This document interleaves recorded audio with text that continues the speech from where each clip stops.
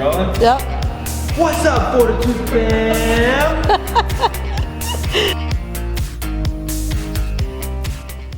How's it going, everybody? Coach Sean here, and this is going to be the workout for Saturday, April 4th. Another little two-part workout for you. We're going to start with our conditioning again. Today's workout is going to be for time, meaning we're giving you the set number of reps to do. All right, you're going to do that as quick as you can with good quality movement, and you must just complete all the reps, and then you're done with the conditioning part.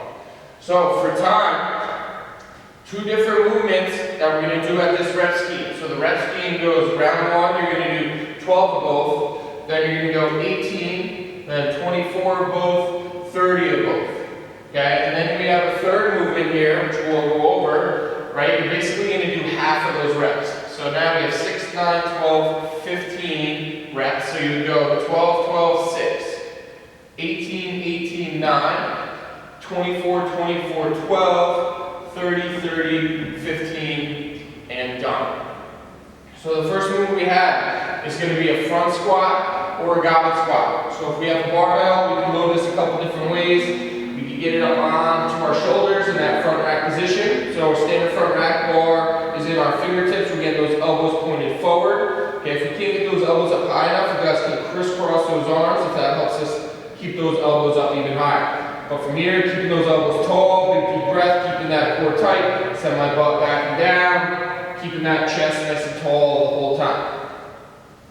Yeah, if you don't have a barbell, that's okay. We could use a kettlebell or a dumbbell or any other sort of resistance. We'll hold this in our goblet position so when tight to the chest. Same concept though when you squat down. You send those hips back and down.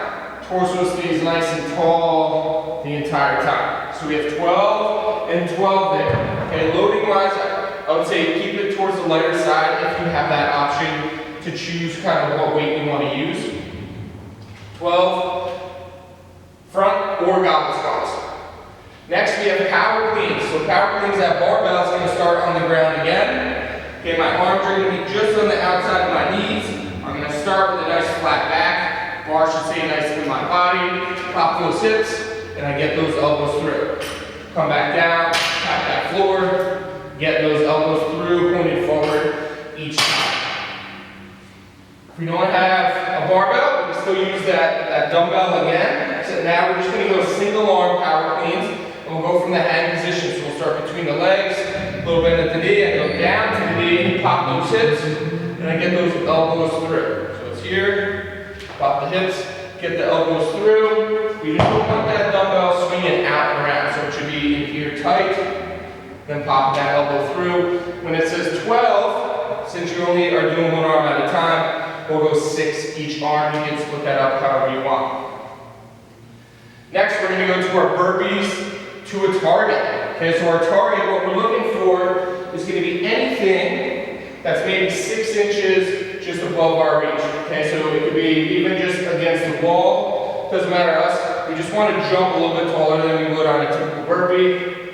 For demonstration purposes, I'll say, okay, just above the wall here, so I'll go down. I'll do my burpee, chest and thighs touch the floor, come up, jumping up nice and tall, up to that target. Okay, it's going to be less reps because I really want you guys jumping up a whole lot higher than you typically would on just a standard burpee where we're just extending the hips. Okay, we really want to jump up and reach for something a little taller.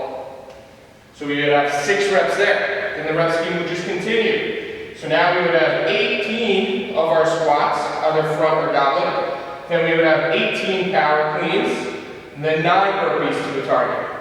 24, 24, 12 burpees, 30, 30, 15 burpees, and then you are done with the conditioning for today. Once you guys have completed the conditioning, we have a little bit of strength work, some core work, kind of more auxiliary movements for you to do. We just want you to accumulate a certain number of time or a certain number of reps. You can split that up wherever you want as long as you accumulate a certain type of reps before you finish. So the first thing we're going to do is accumulate 1 minute in a single arm plank.